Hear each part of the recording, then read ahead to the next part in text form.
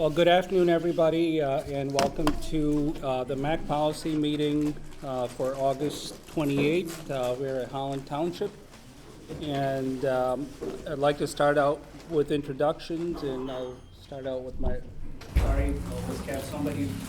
I'll be there in a minute. I'm David Vangenhoven. I'm an at-large member. Sally Griffin, City of Zeeland. Terry Hoffmeyer, Laketown Township. Todd Walters, All Township. Ken DeWeert, Fillmore Township. Joe Bauman, Ottawa County Commissioner.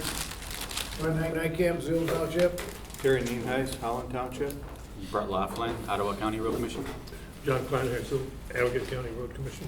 Jim Story, Allegan County Board of Commissioners. Jerry Hunsberger, Park Township. Nancy DeBoer, City of Holland. Steve Oltais, Director of the MACC. And Pankaj Rajadhyaksha with the MACC. Steve has mentioned that, oh, I'm sorry, over there a minute. Forgot about you guys. I'm going to start out that way, Rob. Rob Bank with the MACC. Elisa Hookwater with the MACC. Carolyn Olsted with the MACC. Kelly Gower with the MACC. Leanne myself, Department of Transportation. Welcome. Thank you. Steve has advised me that you have a meeting after this, a very short one for MACC Holding, so we'll try and keep this meeting going at a good pace to get you guys out of here on time. So the first item on the agenda is just to approve the minutes from our last meeting, if there's any changes or corrections. If not, if I can get a motion to approve. Move we adopt the minutes as presented. Okay, any second? Support? Okay. All in favor? Aye. Okay. Any opposed? Motion carries. Since we don't have any members of the public here, so to speak, we'll go to our first item on the agenda, transportation program. And Steve, I think you're going to be covering that for us. That's right. Included in the agenda packet is an amendment that has been brought forward from the Michigan Department of Transportation. Kelly's pulling up. Thank you very much. We received a communication from MDOT, the Office of Rail, regarding a couple of projects that they would like to add to the TIP. It happens to be a couple of road crossings in the City of Holland. If you had a chance to take a look at the memo that was included in the agenda packet, one of the rail crossings is on 40th Street. That's the top one there in the City of Holland's Industrial Park. Currently, these are just have the cross bucks at the crossing. They don't have any other type of signalization or so forth. So actually, both of these projects would involve installing both the flashers and the half roadway gates that would come down. So the first one there on 40th, total funds of about $340,000, of which $306,000 is federal funding. The bottom photo there is a picture of the crossing on Waverly Road at the CSX, and if you had a chance to look at the memo, both of these crossings of CSX are for the Hamilton spur, so it's not the main line. It's the line that goes down to Hamilton. And again, same type of work to install flashing signals and half roadway gates there for a total of, looks like about $416,000, of which $374,000 is federal funding. You'll notice that the memo is recommended that this happen in FY17. However, in consultation with MDOT and the reality that MDOT's one of their major systems that is used to process amendments is shutting down in a couple of days. So they contacted us and said, okay, we don't think we're going to be able to get it through in time. So actually, the amendment is not to the FY17 program of the TIP. It's going to be to the FY18 program of the TIP. They hope that, see in the notes here, they want to get rolling on this later on in the fall and work on it through the winter. So even moving it from FY17 to FY18, get the funds obligated, they can hopefully stay on that schedule of getting it constructed on that timetable. Any questions regarding those rail crossing improvements? If there aren't, yeah. Just a comment that it's a very low volume train track. Yeah. Once a week. But that's probably when people really get careless, so it's, Yep. it seems maybe money somewhat poorly spent, but people are very careless probably because of that as well. Yeah, yeah. Yeah, and certainly 40th it has a lower volume than Waverly Road, which is actually quite a high volume road for not having this type of signalization at it. So certainly it should help improve safety. Any other questions regarding that? If not, a motion to amend the FY 2017 to 2020 Transportation Improvement Program to include the 2 railroad crossing improvement projects as detailed in the staff memo dated August 21st, 2017 would be appreciated. John? Support. Nancy? Supported by Nancy. All in favor? Aye. Any opposed? Okay, motion passes. Steve, I think you're up. I am. Next. Can someone advance the slide for me there? as well. All righty. Yeah, go ahead to the next one there. So a couple of months back, you authorized staff to authorize me to go ahead and execute a contract for doing a traffic study in downtown Holland. As I reported at that time, we were finishing our negotiations with WSP, formerly Parsons Brinkerhoff of Michigan. And we were able to get that all squared away and get the scope put together. And we're off to the races. The first step in that process was the data collection. And we, as you may recall, we want to collect data in 2 time frames, a summer and a non-summer time frame. So earlier this month, we were able to get out and do some data collection. The photo on the right up there is a camera that was affixed to a street light there at the corner of Central Avenue and 7th Street. There are a number of those cameras around town.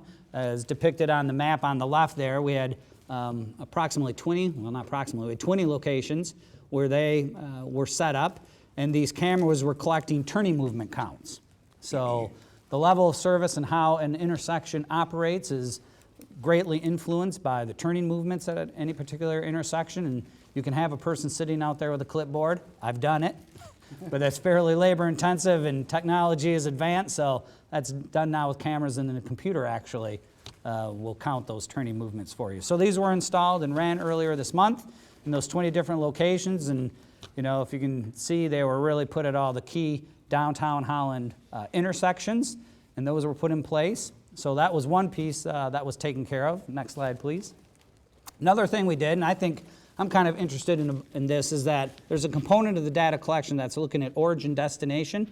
So the MACC, the reason the MACC is participating in this, while we put our $65,000 into it, was because we are saying that Pine and River, as well as 7th and 9th Streets, are regional facilities. That's carrying traffic beyond just those who are working or doing business in the downtown Holland area.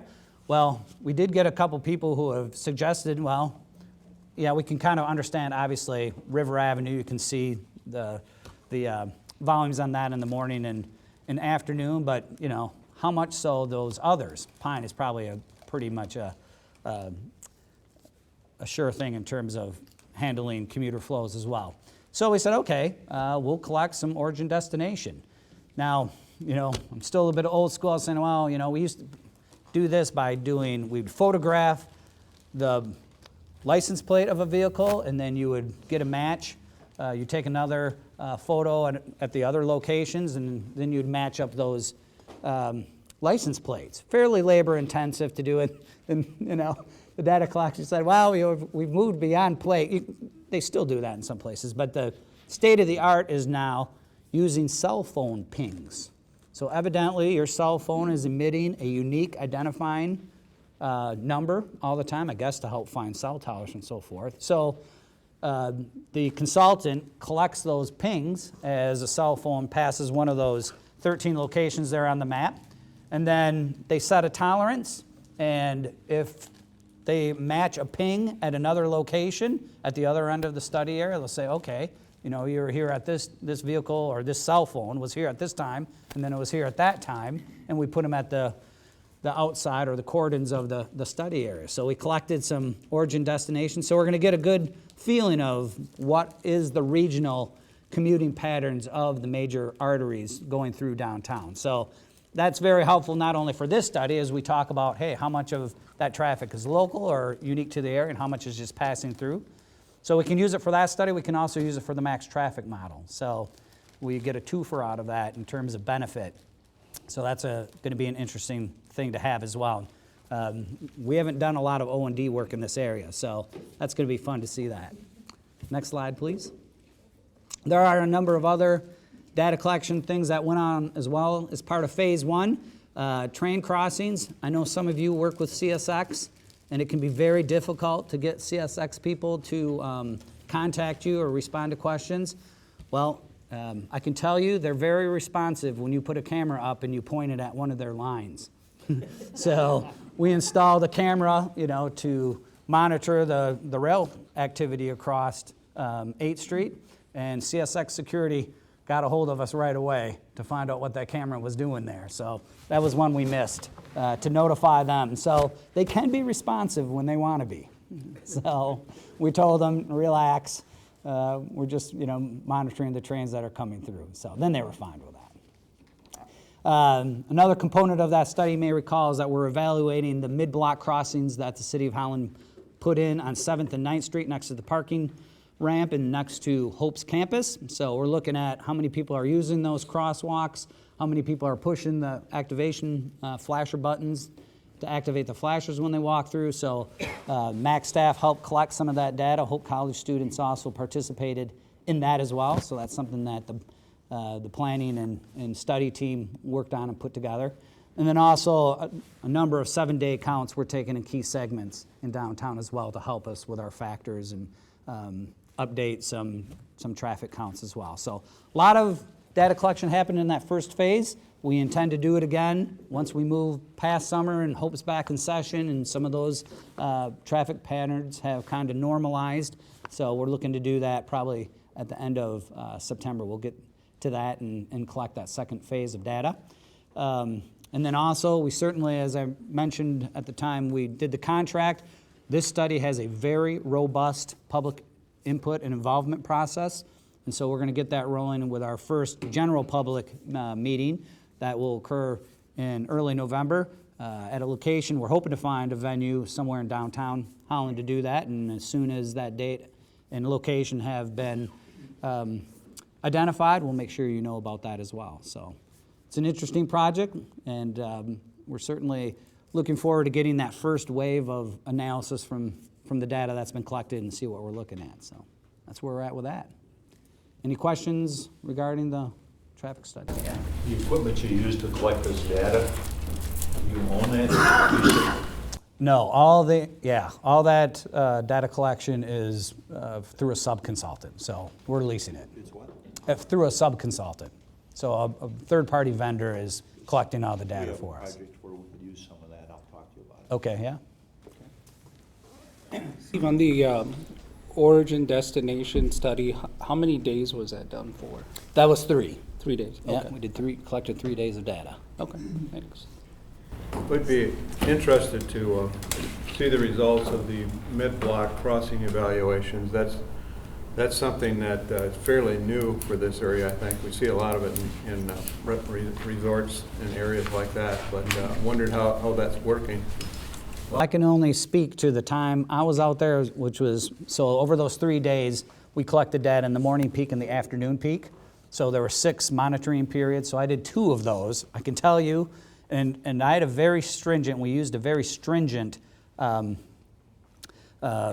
criteria for crossing. The pedestrian had to cross curb to curb. So they couldn't start out and then veer off at 45 degrees halfway through. I mean, they had to cross from curb to curb. So when you apply that criteria, your compliance drops pretty significantly. And then, so I'm saying about a third of just my observations. We haven't looked at all the data at all the locations. Elisa was out on 9th Street. I was at 7th Street by the parking deck. So those parking deck entrances and exits line up with the crosswalk.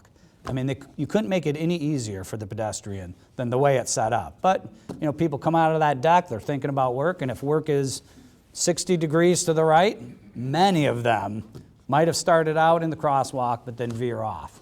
So I also found it very interesting, and activation was fairly low as well, but many times just the presence of the pedestrian. So a pedestrian is going to use the crosswalk, they stop at the curb but haven't activated the lights, car stop. I saw that a fair amount. So even though your activation was fairly low, We also tracked how many times just vehicles stopped on their own, and that was fairly high. So a lot of courteous drivers in the Holland area. Is there is that a traffic violation here then, if they go through those? If the vehicles breeze through those? I know in some areas it is, obviously, and that's one of the influences to get people to stop, because it can mean heavy fines, but I don't know if it is here. Yeah, that I don't know. Anyway, thanks.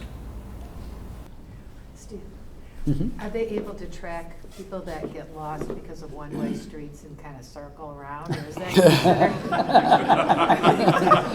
I mean, I've been told, that tourists and new Speaking people from to the personal area- experience, or? Yeah, no, Just they told me, The your one-way traffic pairs counts- goof them up? Yeah. Yeah. So we're not tracking that. So what the consultant is doing is saying, okay, we set up what we believe would be under normal conditions, a travel time to cross through 2 of those locations. So, so the consultant sets the tolerance for that, that level. So if someone comes in, crosses one of those, but then stops in downtown, does business, and then continues on, and it takes 30 minutes, it'll throw, when that ping comes out the other side, it'll say, oh, it violated I don't know if it's 18 minutes, but it violated the 18 minutes you had to get through the study area. You're not a through trip, and it throws it out. So someone who goes in there and keeps cycling through, that data would likely get thrown out, because they're not moving through 2 of the cordons within that tolerance level. But we own all the data. So if someone else wanted to scrub all those pings and look for, is an internal circulation, although I'm not sure how you'd be able to tell someone who just pulled in, stopped, did something, and, as part of a trip chain versus someone, you'd have to get a ping, ping, ping, ping fairly quickly. That'd be a bit of an exercise. It's me, Nancy, I'm trying to find a parking place. That's true. Especially downtown. We're doing our best to serve you. All right, thank you, Steve. And then it sounds like your first public input session is in early November? Yep, we haven't identified a date, but as soon as we do, and location, we'll let you know. Okay. Well, definitely sounds like a very interesting project, and look forward to the results. Lisa is up next with planning resources for healthy communities, and I think we have a handout for that as well. Place is, it's actually from the APA website. The Michigan Association of Planning has some wonderful resources, which I encourage you to take a look at. And I did want to mention, looking through it, they have pulled the City of Holland's master plan as one of their examples for looking at healthy living. I think in part because you had done some analysis on access to health care, obesity rates, and the availability of fresh vegetables and fruits. So in just a moment, I'm going to give you a presentation that I'm simply going to take the highlights. But MACC staff was invited to attend the Michigan Transportation Planning Association conference, which was held in Grand Rapids this year. And the keynote speaker was someone that I've heard speak before. His name is Mark Fenton. And the reason I thought this would be of interest to you is because he has some wonderful examples, but they certainly apply to the regional level, and I think that you will find that they're also helpful at the local level. So I'd like to encourage you to take a look at this. And again, I want to just remind you, this is a lengthy keynote presentation that I've cut down to just a few slides. So Mark Fenton is a specialist on active living, and healthy living is really his passion. So the gentleman is a speed walker. He's actually competed as an Olympian in speed walking, and he speaks equally as fast. So, so he had a lot of slides. This is this slide really had an impact on me when I saw it the first time, and that is that 30 minutes on average is what adults are supposed to have to be healthy. And only 25% of our American adults actually meet that goal. And then he also shared the staggering figure of 365,000 deaths per year due to physical inactivity and poor nutrition. So you can see this is really what he is all about and his focus. But one of the things that I really picked up from his presentation was that it's not just adults he's talking about, but talking about children as well.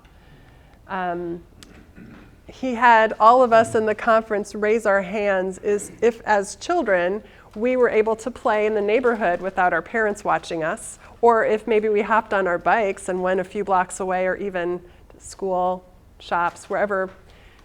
I would say most of the people in the room would be in that category, and I'm guessing if I asked all of you, you would probably be in that category as well. But one of the things he brought up to us is that free-range kids just is something that we're seeing less and less of. I think it's a great term, free-range kids, because there's that sense of freedom and security when you have infrastructure and you have the ability to just hop on a bike or take a walk down to a friend's house. But he was mentioning that some of the things that are tied to this are over-organized play, and that's just a trend. Parents these days are driving their kids to each and every activity, including soccer and physical activity, different sports that kids are involved in. And so he also mentioned that a similar trend that he is seeing is an increase in diabetes among children, which we were not seeing when many of the kids were able to roam and be physically active. So in the last slide, I shared with you that we need 30 minutes a day, and that number is double for kids, but they're not getting it. So he was talking about how really we are seeing this increased trend of children being impacted by inactivity. So the presentation that I'm going to share with you today is really focused on what type of community design promotes health and is healthiest. So we're going to just go through these pretty quickly, but I want to just highlight some of the key points. And number one is a varied type of development. Compact neighborhoods with shared open space are some of the examples he offered. Having schools and services near housing so kids can walk to school.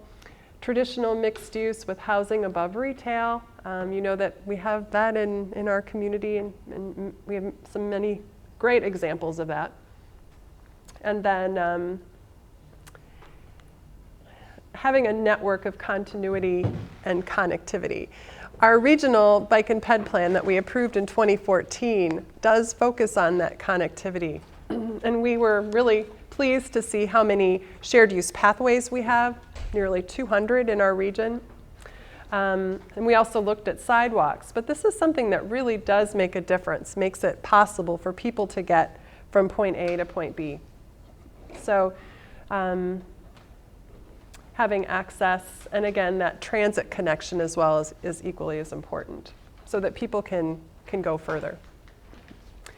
Site design is one that we spent a great deal of time on, but talking about what's more appealing as you're traveling on foot or by bike, having buildings close to the street and having a generous walkway, and then also having simple things like trees and benches, amenities really do make a difference, rather than having to walk through, especially in the winter months, a large parking lot with snow and ice.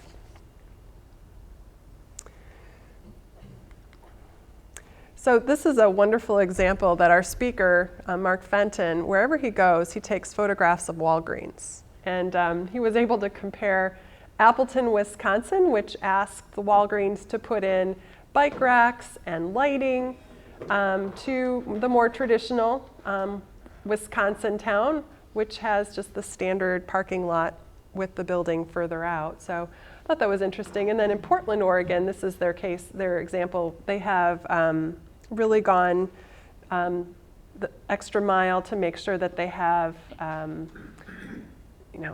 plantings, and it's literally it's very attractive to the pedestrian. It's less likely to the motorist, right? So it's just that focus, that perspective, that's just a little bit different.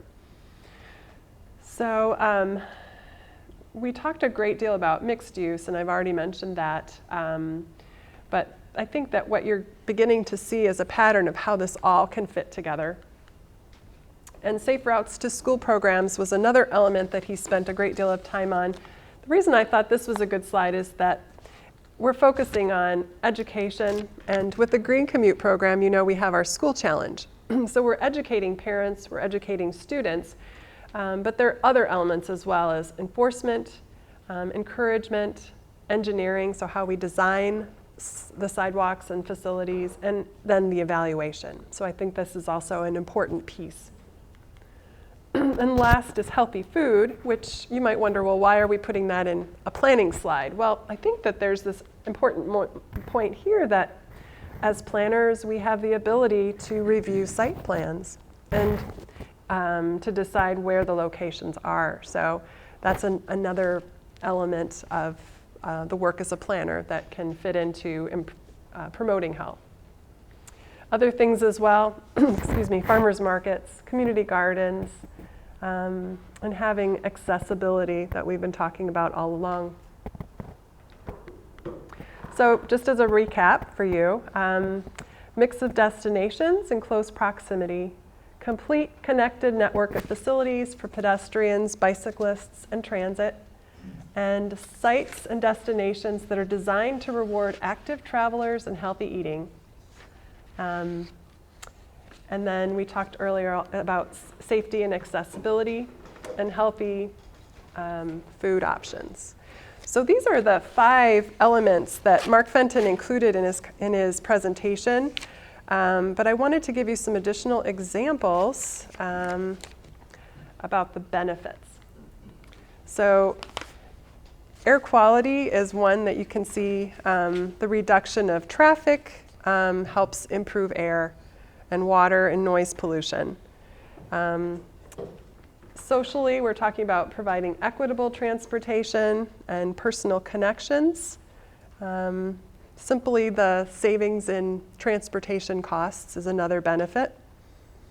And safety in terms of elderly mobility, that's another factor that we haven't talked about today, but is also an important aspect of community planning. So not only for children, but for older adults. And then another aspect of this that's beneficial is the economy. So realtors are starting to pay attention to what people are asking for.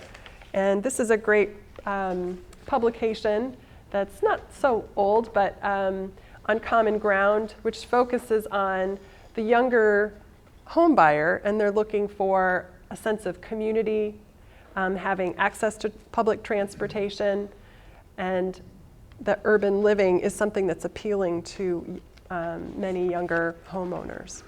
So it's another benefit to having those options in our planning process.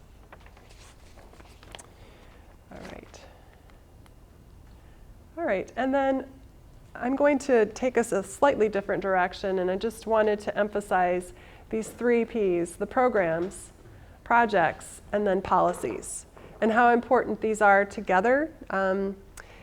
Having one alone isn't going to have a long-term impact, but when we have programs that encourage behavior that's more positive and projects that give people opportunities. Lastly, we've got policies that make it easier for communities to develop in a way that provides connectivity and accessibility, then you'll see longer-term change. So one of the examples is a training that I attended in April of 2016. And this was a team that was invited to attend, sponsored by the Centers for Disease Control as well as the National Association of Chronic Disease Directors. They paid for our travel and our time there. And you know that there was a team of 5. The Ottawa County Public Health Department, the Ottawa County Road Commission, Holland Charter Township, the City of Holland, and the MACC all was able to send a representative. So that was designed, that was designed specifically to have this cross-disciplinary team. So we had all of these different aspects, and I can tell you that having each of those perspectives really made a difference, because I think as a planner, sometimes we have the ideal, and then sometimes, and it's important for us to hear other perspectives to see what actually works in one community or in another. So this was especially beneficial. And I'm saying this because this was a training that was specifically designed for our team, but we were asked to walk away with an action plan. And one of those actions was the 8th Street pop-up project. So I'm going to show you some photographs of that project, which was set up Sunday, a week ago last night, and give you just a few highlights. So before I go on, does anyone have any questions about the presentation on healthy living and planning resources? I just traveled to Carmel, Indiana, and drove around with that mayor about development in their city, and he showed us the traditional Walgreens, and then he showed us what had been designed since. They've studied how to do design better, and now it's really thought much more helpful for the walkability, the neighborly feeling to design to the line, and then do parking behind. And so it's interesting how Walgreens can change based on what the policy is, wherever they are. So this mayor said, well, this is designed this way, and that was before we have done this, and this neighborhood has now been designed like this. So you're going to have transitional things like that, but they've studied like a 3 to 4 story building built to the line is much more what makes people feel like they're in a neighborhood. And so you can save a lot of problems by just thinking toward what is going to work, what are people going to be attracted to with the next generation. And I think what you said is very true, and there is a fear about what will happen to suburban living with this next generation. And so it's important for us to be on the other side of that. Thank you for sharing that. That's exciting to see that you had some other examples not so far away. Good. Any other questions? Okay. Well, I want to tell you about the pop-up project and let you know this is something new and different. And MACC staff, we rolled up our sleeves. So it was pretty fun. So before I begin, this is a slide from Mark Fenton's presentation, which I didn't show you earlier. And he had, as a best practice, 4 to 3 lane conversion, which is lane realignment is another term. That's a positive way of looking at this. And you basically take 4 lanes of traffic and convert it to 3 lanes with a center lane, left turn lane, which is basically removes those cars out of the flow of traffic. So instead of a delay, the traffic continues to flow. Now, I must tell you that this doesn't apply everywhere, but when you have low volume roads and you have plenty of right-of-way, it is possible to add bike lanes. And this is something that we decided could be very beneficial. And as I mentioned, the Step It Up team that was in Atlanta, this is one of the action items that we thought would be worth trying. And to give you a little background, the MACC has been working with our partners, with many of you around the table, to do a road safety audit in 2015, to look at 8th Street specifically and see whether this might be a possibility. So what you have before you is an aerial view taken by the City of Holland of 8th Street after this pop-up was put into place. So what you're looking at, that's the center yellows that were covered with black tape. And then this is a very uniquely manufactured yellow reflective removable tape that created the center left turn lane, and there are skips in there as well, the 4 feet lines. And then this right here is a bike lane with chalk paint, which washes away. We discovered after the rain on Monday that some of it washes away really quickly. So we have to go out and re-stencil in a few locations, but thankfully the bike lane line did stay in place. And then we had construction cones located on top of it. So the project itself is about 1 mile long. The portion that has bike lanes is within Holland Charter Township, and it's between Chicago Drive and US 31. And then within the City of Holland portion, they don't have quite the right-of-way that we were looking for to extend this. So there are strategically located sharrows, which you will see in just a moment. This is another viewpoint, and I picked this one in particular because there's a vehicle using the center left turn lane. And at Hoover, it is awesome to see how well that traffic is flowing. We've been observing the traffic each morning, Tuesday through Thursday, to make sure that we see the rush hours moving properly and the evening rush as well. So, all right, and this is the stencil that we use to actually paint the sharrow with a team of volunteers that worked many more hours than they signed up for, but they stayed with us. And you might recognize a few of these faces, but they stayed for 6.5 hours of hard labor, and we were very thankful. I have to say, Brian White never signed up. He just showed up to see how we were doing and stayed the whole day. So, yeah. And we wanted, after all this effort, to invite people. So we invited the community to a bike ride Friday evening. And this is the group leaving from Centennial Park in downtown Holland. And so they came with us. We took them to the corridor and enticed them with smoothies that were set up. They were there earlier for bikers who were coming through during the rush hour and stopped. And there's always, food is just a great lure for people to stop, so that was great. And with this stop, we also had a table set up with surveys, and we asked them to tell us, have you used the bike lanes? What do you think of them? Have you used the center left turn lane? What do you think of that? And so we'll be compiling all of that input, but it's important to hear what people think and to give them a chance to try it in an environment that they feel safe. So yeah, so it was a well-organized group. They stayed together, and yeah, it was a good experience. So the pop-up bike lanes are up through Friday. We'll be taking them down around 6 o'clock. So if you have an opportunity, I encourage you to take a bike and try it out. It's a new experience for us. We've not done this before, but we're pleased with what we're seeing so far. And it's a great way to try it. Everything's removable and washable, so you have a chance to evaluate it from another perspective.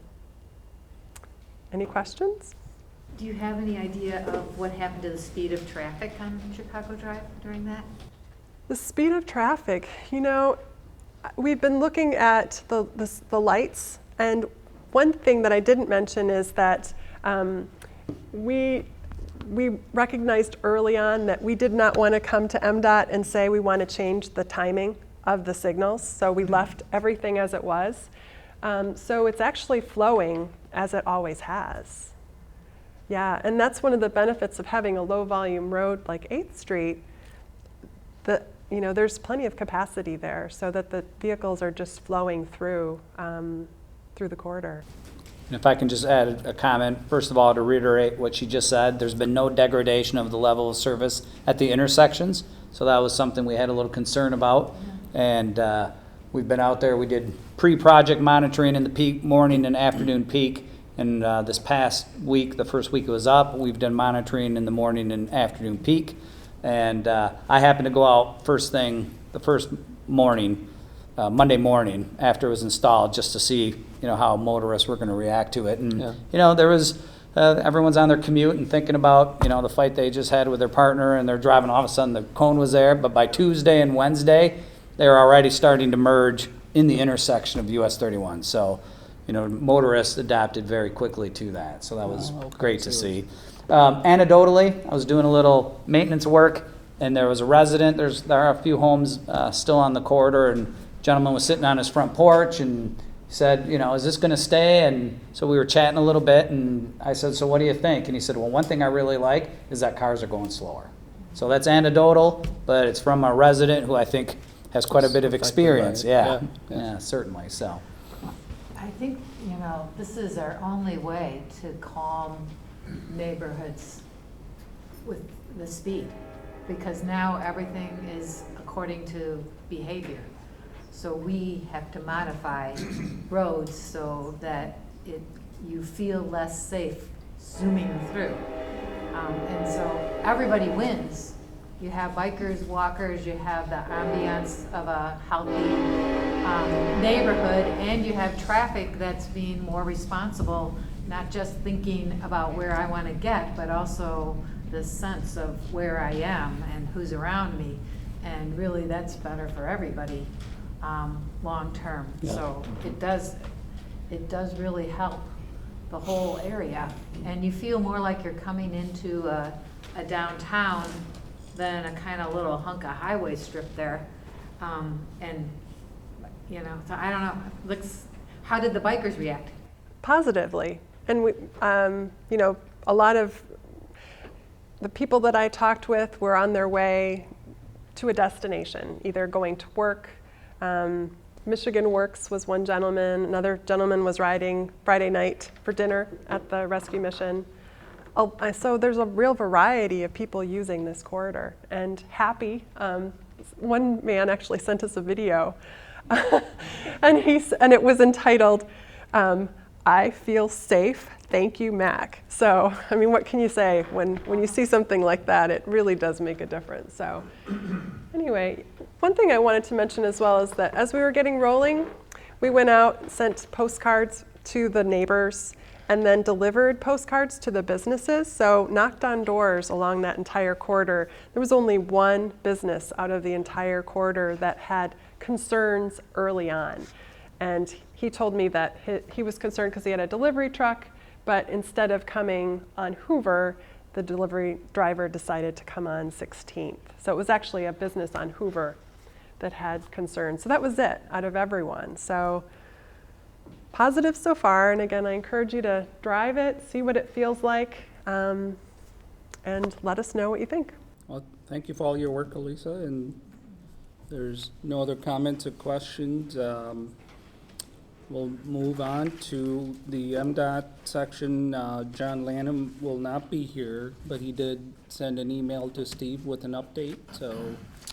that's right. John sends his regrets, but asked me to pass along to you that the Federal Highway Administration, the Federal Transit Administration have reviewed the MACC's fiscal year 2018 Unified Work Program. So that's our program of work for the upcoming fiscal year, and approved it, which means they also approved our indirect rate. So we're all set in terms of the next fiscal year with moving forward with that program of work, and all the financial project authorizations and other administrative activities can take place now. So that's good news. Great, thank you. Jill, anything you want to add? Or? I can just update you on some construction projects. The work that we were doing to finish the bridges on 31 in Holland is complete. We are starting a project on US 31 at Bingham to construct indirect left turn lanes, and that starts right after Labor Day. So any questions on those, let me know. If you have questions on projects that are in design right now, I can talk about those as well. When is the anticipated completion date? Are those about 6-week jobs typically? 8 weeks? I put that in.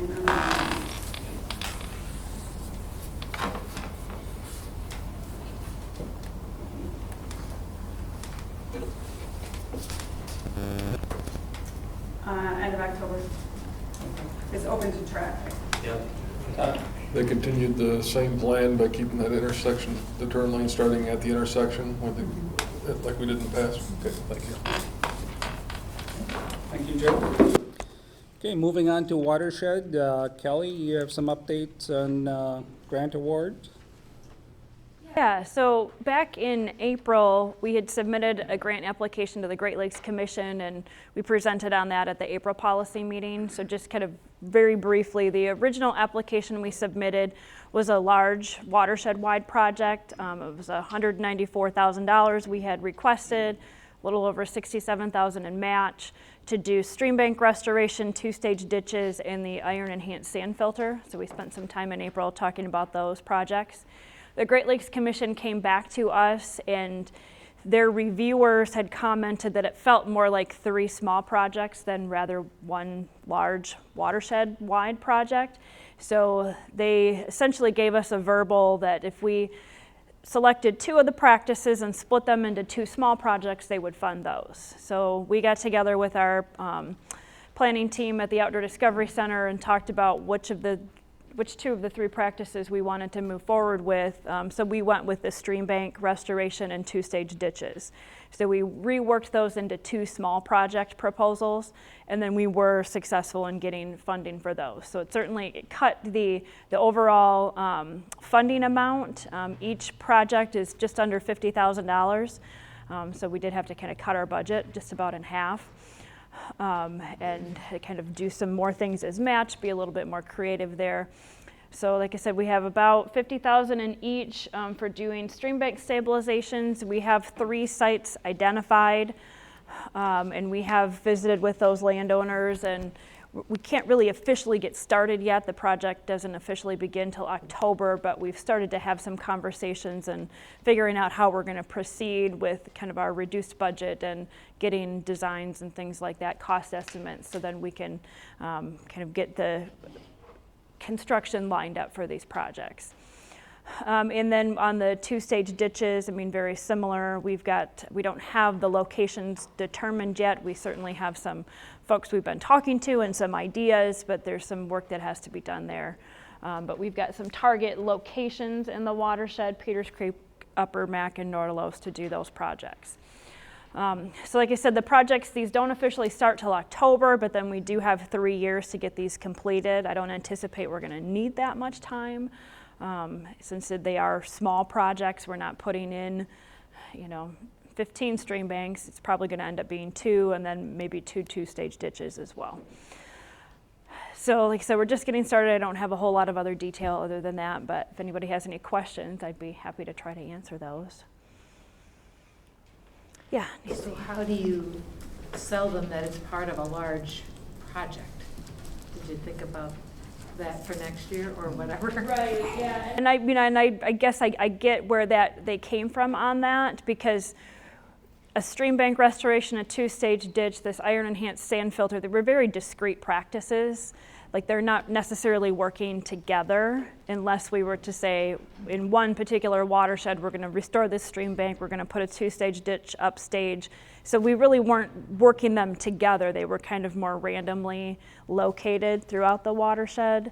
So I think that certainly helps to focus in our efforts and say how they're actually helping each other out, that we restore this stream bank, and upstream we're doing some additional work to protect that stream bank, rather than this was a little bit more spread out. And so, but every little bit helps. Yeah, well, as the MACC, we like to say we're helping everybody everywhere, Yeah. but must be that's not too good if you get half the money to split when we can give them a unified project and we can sell them on a bigger amount, right? Right, yep, and I think it's a little bit different than the current project that we have, where we were just focusing on agricultural BMPs in 3 areas of the watershed, very specific practices. But the Great Lakes Commission, they change their priorities every year. So this time they really wanted to see in-stream work and not the upland work like we are doing with our current grant. So I think it's, depending on what their priorities are, it's not always the easiest to fit a watershed-wide project into their criteria. So it's worked out this way this time. Yeah, so you don't really know until you've submitted what their latest thing's going to be. Right, yes, because some projects or some grantors are very consistent, like the DEQ's 319 program. You pretty much know what to expect every year. The Great Lakes Commission changes their priorities every year. I mean, going into it, but yeah. It's possible you may have another smaller project come up yet down the road. Yep. Yeah, I mean, and we've been very successful working with the Great Lakes Commission. They've funded us multiple times, so. Well, thank you, Kelly. If there's no more questions, we'll move it up to Rob to give us an update on things going on, the watershed agricultural activities.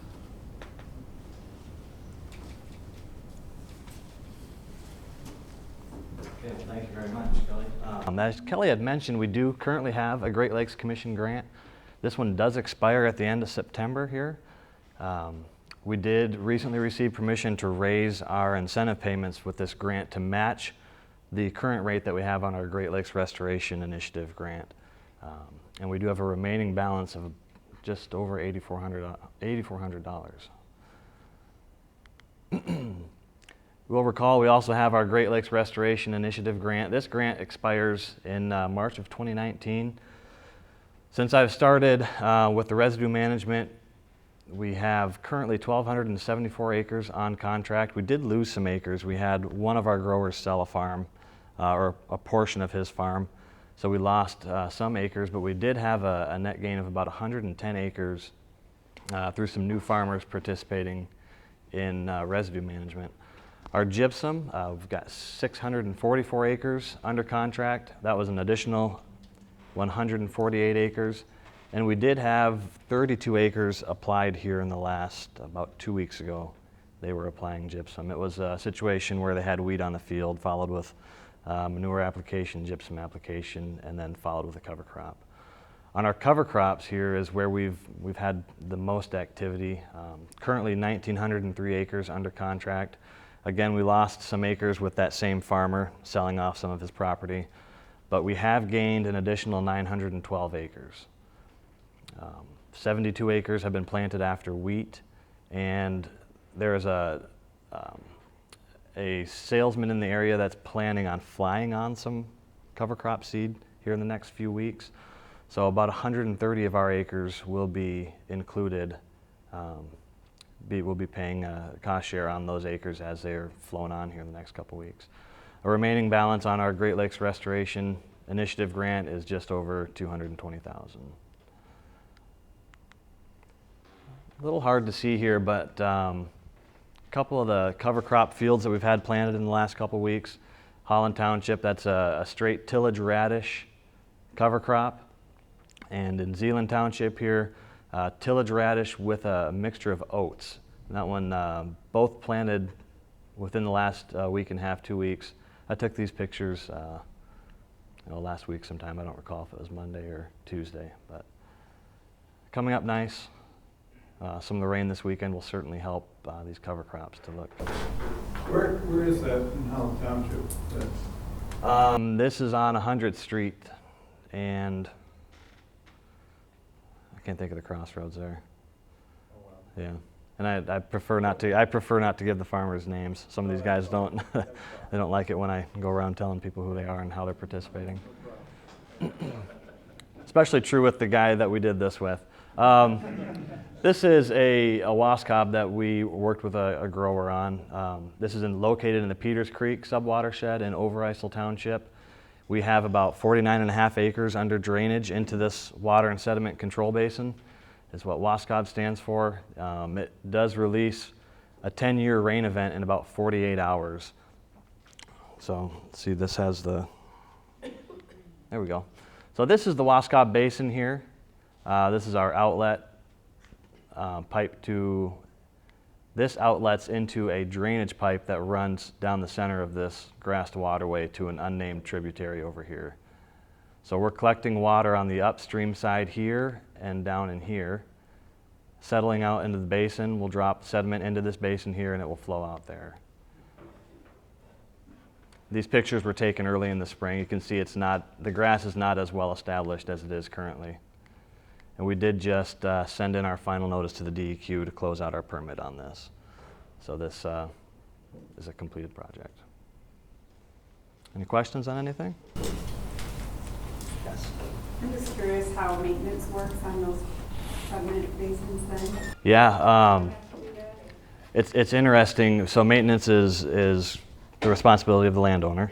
And this particular landowner, when we approached him, was not very willing to work with us. We had approached him about a different project, and this came up. He said he had a waterway project he wanted to do, and we worked this into. We worked this out with Holland Engineering helped us out, but it's been neat to see this particular landowner take ownership of this project. Once it started to get developed and he could see what was going on and understood what we were trying to do, he really kind of came on board and said, hey, I like this, and has even talked about this spring when we have a lot of water flowing into here, he kind of thinks that this edge and kind of back here might not be low enough. So he's already said, hey, I'm going to keep an eye on that. And if it doesn't look like we're collecting the water we should, I've already talked to the excavator, and we're going to come in here and rework that edge and make sure it functions properly. So yeah, as far as maintenance goes, it's been neat to see him kind of come on board, and he's committed to doing it. Yep.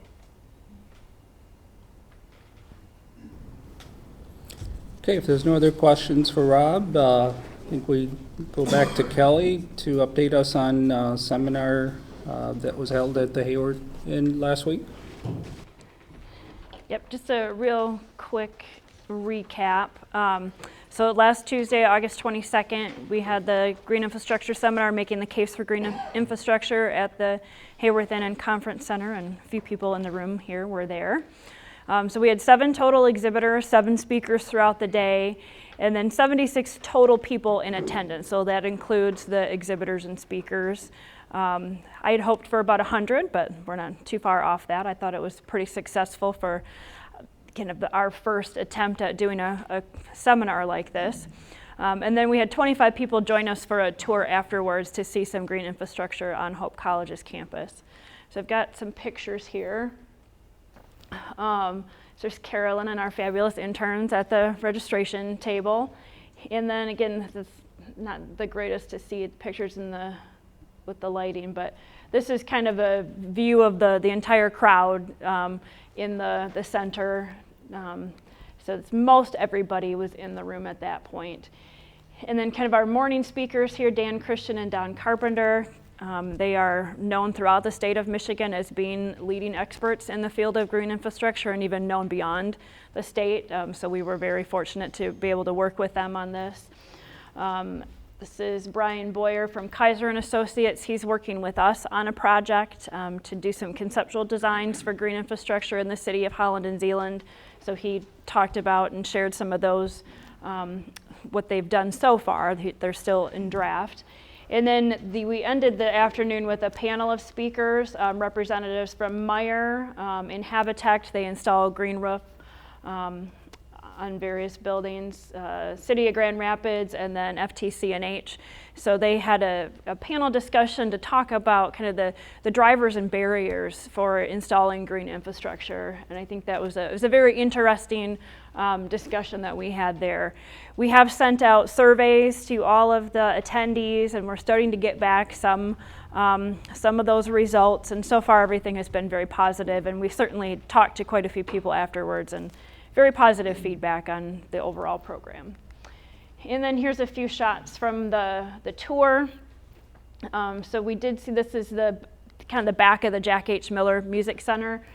So there is this a bioinfiltration that collects stormwater off the site and then allows it to infiltrate into the soil. So you'd never would see standing water there.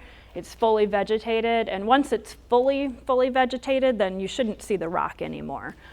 This project was about 2 years old. This is the second summer. And then kind of walking around by the physical plant here, again, it's kind of hard to see with this picture, but they have permeable asphalt. This is standard asphalt on this side of the building, so then we could see kind of the different side by side, and again, both been installed for 2 years, and you could see how the durability of the material right side by side with the standard asphalt. Something that you might not notice as you're walking through campus, there's a loading dock behind the art museum. These are grass pavers. It just looks like a normal turf grass lawn, but when you walk on it, you can feel the concrete structure that's in there, but it allows the grass to go through so water can seep through. And it's leading up to a loading dock that gets very little traffic. So you don't see much wear and tear because they only have a truck making deliveries maybe 6 times a year. And then this is at the new Boltman Student Center. They put in this product called Pave Drain. A local company, Interface H2O, installs this or contracts it. And this was not part of their original plan, but this is the entrance to the building. That's the low spot on the entire site, so that's where all the water is going to flow. So they had the building flood before it was finished, and so that made them decide we need to do something to get water away from the building since there isn't positive drainage. So then these walkways leading to the building are permeable, so they can capture and store water. There are big cisterns underground that will store that water and allow it to infiltrate. Or if there's a huge rain event, then it can overflow into the city storm system. So we've talked a little bit with some various representatives from Hope College and the Sustainability Institute about trying to do some kind of a virtual tour of the green infrastructure on Hope's campus and put that up online, or have a brochure, like have little signs with the QR code so people can learn about green infrastructure, because they've really done a lot on Hope's campus and it was really neat to see. So hopefully this is not the last that you will hear about what's happening at Hope, and we'll see a lot more around the area into the future. So, any questions about the seminar? Anybody that was there have any comments they want to add? It was really well done, very well done, Kelly. All right. Well, thank you, Kelly. And there's no other questions or comments. We'll move on to administrative issues. We have a monthly financial report that Steve will go over with us. That's right. Just very quickly, this represents revenues and expenditures through July, so we're entering the first month of our last quarter. Things are tracking along quite nicely. Revenues stand at 61%, expenditures at just over 50%, 50.6%. Be happy to answer any questions you might have regarding this. I do intend to bring to you our typical year-end budget amendment next month that will clean up a few of these things, and we've had a couple additional revenue sources come in, so we'll take care of that as well. But any questions regarding the financial report? If not, also included in your agenda packet was a summary of the last executive committee meeting, and be happy to answer any questions regarding that. I have a question, a comment, if I could. I'd like to encourage Plunkage and the executive board. I noticed one item on there. It's appropriately to evaluate the executive director. Oh, sure. And I think I would like the opportunity to have input, and I think everybody at least ought to have that. I think he's doing a rock star job. Sure. The investors, those of us that pay dues, ought to have that opportunity. And again, I think he's doing a very, very good job, but that's not part of the component. I've raised this before with Bill prior to his passing. I have mentioned it to Terry. Excuse me? And if people don't want to do it, that's fine, but to feed it into the executive committee, I think it's very appropriate. I think he deserves to have a positive comments that we can give him. All right. And next up is Terry Nienhuis, our host, and maybe update us. Well, first, thank you for hosting us, and update us on all the good things going on in Holland Charter Township. Well, thanks. Welcome to not so sunny Holland Township this morning, but not much we can do about that. Every time this comes around, I ask Don Comian to give me a list, and he's so efficient. I've got a list here that would keep us here quite a while. But anyway, I'll just cover the highlights of some of the things that are going on in Holland Township. We're still working on the Dutton Park waterfront improvement.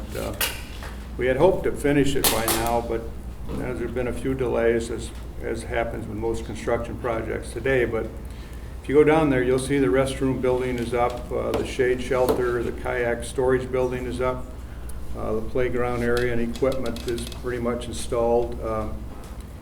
The kayak and the canoe and kayak launch area, which is going to be really a state-of-the-art kayak launch. It's going to be it'll work with a floating dock, and the vendor of this equipment has agreed to store it for the winter rather than ship it now, because quite frankly this whole area isn't going to open until next spring the way it looks. It's just too late for this season, but it really looks good. And I tell you, once you sit there for a while under that storage or under that shelter, there's a view that you just can't.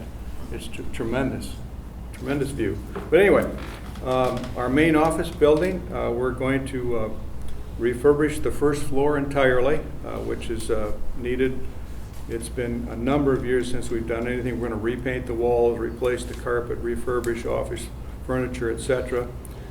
Install new LED ceiling lights. And then the second floor, which we've never utilized other than storage for election equipment, and there's been some exercise equipment up there that people use from time to time, but we've actually built it out now and included put offices up there to allow for some expansion and some people that have been suffering from close quarters in the lower level.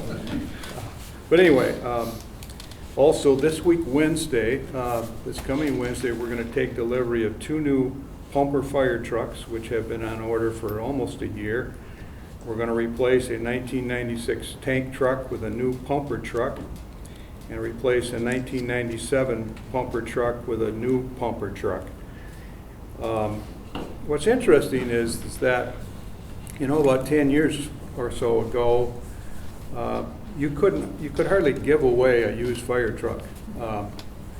One of these trucks, the 1996, and that's totally changed, that's what I'm getting to. The 1996, we're selling that for $115,000. So it's good, obviously, but before, if we could get $25,000 out of a used fire truck, we were happy with that. So, and then last but not least, it seems like the entire community has been waiting for this, but Chick-fil-A, as you've noticed, under construction. They finally broke ground, and the world's going to be a much better place. I just close too. When you watch the news nowadays, especially this weekend, it's we can be thankful for the community that we live in, that we don't experience the type of disasters that we see. We don't have the earthquakes, the fires, and obviously the tremendous floods that the people in Texas. So it's a time to be thankful as well. Thank you. Thank you, Terry. Well said. And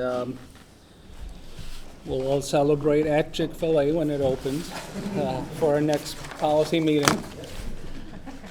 Okay.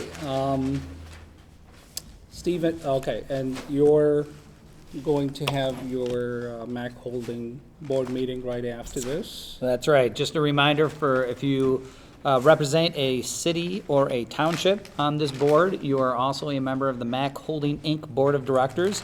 And immediately following this meeting, we'll convene over at the table there and take care of our annual meeting business. Okay, and then just as a reminder, our next meeting would be September 25th at Fillmore Township at noon. And if there's no other items, can I get a motion to adjourn the meeting? Support. Any opposed? Okay. And we are done.